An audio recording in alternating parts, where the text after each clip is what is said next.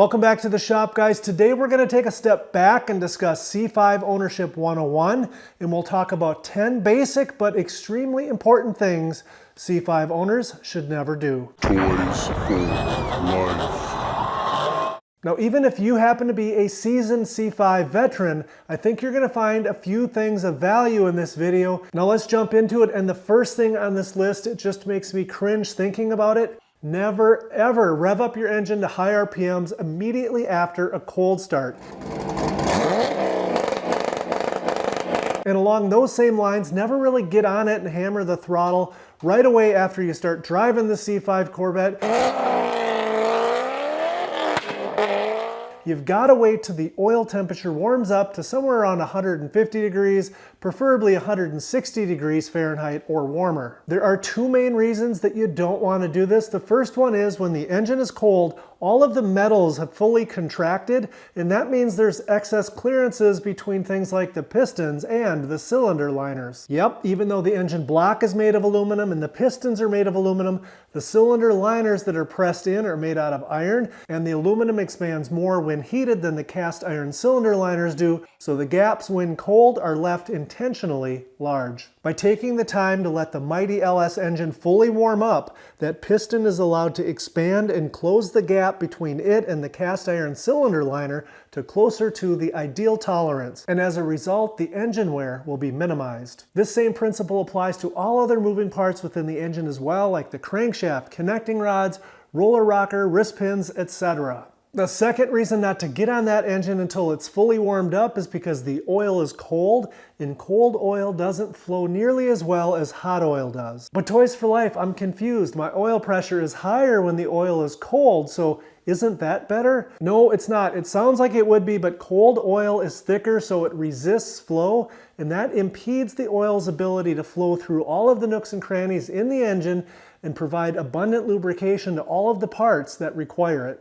The second thing you should never do is waste your money by pouring additives into your fuel tank, except for the occasional use of Techron or Boostane if you happen to have a supercharged engine. All gasoline sold in the United States already has federally mandated additives, but of course it is true that some brands of fuel have better additional additive packages than others. It's beyond the scope of this video, but if you want to nerd out a little bit and make sure your C5 is getting the best gas available, head over to toptiergas.com and find a list of stations that have voluntarily agreed to comply with a higher standard. Otherwise, just be sure that you frequent gas stations that are always busy, and that'll help ensure that you always get fresh fuel. So why is the fuel additive Techron an exception? Well, even though I've never had to use it in my C5 Corvette in the past 10 years, there's just too much anecdotal evidence out there to ignore that if you're having issues where your fuel gauge is faulty or not working at all, Techron is the additive to help fix that. Adding Techron to a couple of tanks of fuel in a row is well known to clean the little contact points on the fuel sending units that are located inside of the fuel tanks. And after a tank or two of treatment, many people report back that their fuel gauge is working once again. So let the group know in the comments below if you have any strong opinions about Techron or any other additive for that matter that you've experienced firsthand. Number 3, C5 Corvette owners are known to wash their C5s a lot. And that's a great thing, but making mistakes when washing your car can easily scratch your paint, so never do any of the following things. Never use an automated car wash that uses anything to touch the paint on your car other than water.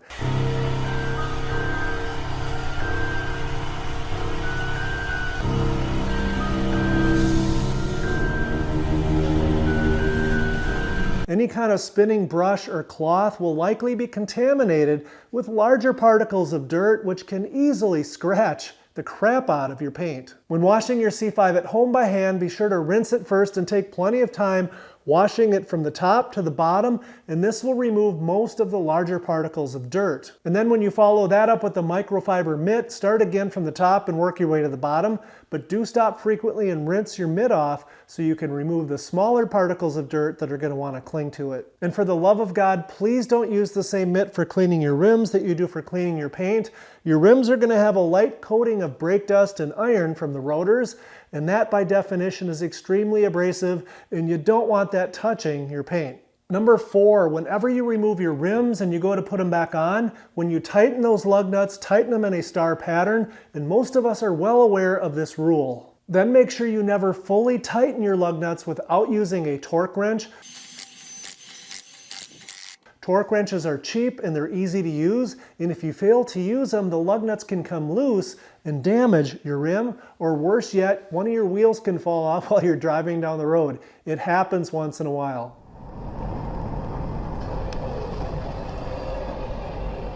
And sometimes it goes the other direction and the lug nuts are tightened so tight that those hard steel lug nuts actually damage the softer aluminum rims. And that's no good. And lastly, when you're tightening those lug nuts, you're also tightening up your brake rotor. And brake rotors have a very tight run-out tolerance.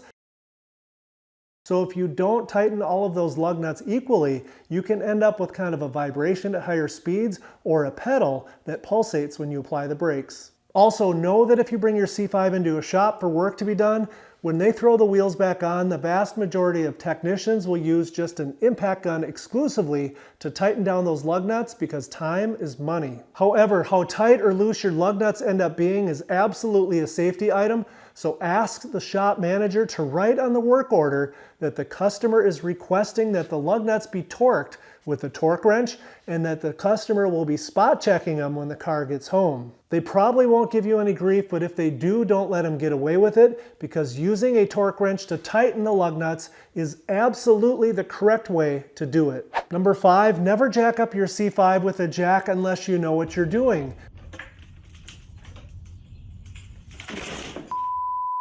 There are certain areas underneath the car that it's okay to use for jacking, and there's other areas that can easily be damaged if you place the jack underneath it, or worse yet, the car will fall off the jack and damage you. Here's an illustration from a GM service manual of the different points underneath the car that you can use to lift the car with different types of jacks. And if you're new to the C5 game, there's a video right up here that demonstrates multiple different ways of lifting the C5 off the ground for maintenance, and it goes through each one of them in fine detail. Number 6, never forget to have your C5's transmission or differential fluid checked anytime the car's up on a lift, and this goes equally for manual and automatic transmission cars. The reason is because C5 transmissions and differentials don't have dipsticks. You actually have to remove a plug to be able to ensure the fluid is at the proper level. So be sure to ask for this anytime your C5's in the shop being serviced for something else and it's on the lift or on jack stands anyway. It only takes a few minutes and they should only charge you about a quarter hour of labor extra. Number 7, never use regular sealed lead acid maintenance-free batteries in your C5 Corvette. There are 2 reasons for this. Number 1, the engine bay in the C5 is very small and tight, and it's got a big V8 in there that generates a lot of heat, and that hood is sealed with weather stripping against the fenders and the cowl, so it keeps a lot of that heat in there like an oven. And that big old V8 absolutely heats up that engine bay. It's not uncommon in the summertime when you're driving on long road trips or in stop-and-go traffic for the engine bay temps to exceed 150 degrees, and over time that'll absolutely heat up the battery itself as well. And that's a hostile environment for a car battery to live in, and sometimes all of that heat creates too much pressure inside the battery, and unfortunately there's enough pressure to push out some of the acid where it drips onto everything below. Part 2 of the problem is what lives underneath the battery, and that just happens to be a couple of main wiring harnesses that go to your computer, and if enough acid drips onto these components over time, it can cause serious damage that's very expensive to replace. So do yourself a favor and inspect the area around your battery often for any signs of battery acid leak, or better yet, get yourself an AGM battery, which stands for Absorbed Glass Matte Battery, which virtually eliminates the possibility of sulfuric acid leaking out of your battery and destroying your wiring and computer. Item number 8, never commit either one of these 2 parking lot sins. The first one is pretty obvious. Never park next to a car that's in anything other than excellent condition. It doesn't have to be a Bentley, but it has to be in good shape because it's in good shape for a reason. They're careful about their car and they're just less likely to go ahead and open up their door and smash into your car. And also when parking, don't deliberately park and take up 2 spots. Some vandals will consider this a personal invitation from you to mess with your pride and joy. Instead, park towards the middle or rear of the lot under a well-lit portion, and if you can, make sure you park next to a Porsche or a Bentley. Item number 9, never neglect the other fluids that are inside of your C5. Be sure to replace your brake and clutch fluid every few years by removing the old dirty brown fluid with an evacuation pump and pouring in some fresh .3 or .4 brake fluid. While you're at it, be sure to replace the fluid in your power steering reservoir as well, but make sure to use a separate evacuation pump. You can use the same pump for your brake fluid and your clutch fluid, but then you need to use a different evacuation pump for your power steering fluid because power steering fluid and brake fluid are not compatible, and cross-contaminating things can cause damage, especially to your brake system parts. And finally, we're on number 10.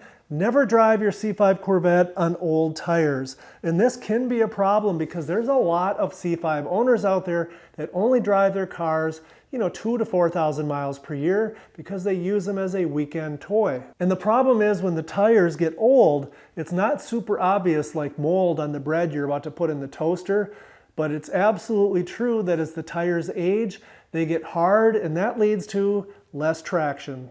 The good news is it's super easy to tell just how old your C5's tires are. All performance tires made since 2000 have a code stamped on the side of the tire. And mine has the code of 1521, which means my tires were made in the 15th week of 2021. And if your tires don't have this code on the side of them, chances are they're older than 24 years old, and it's time to toss them. So how old is too old to keep performance tires on your C5 Corvette?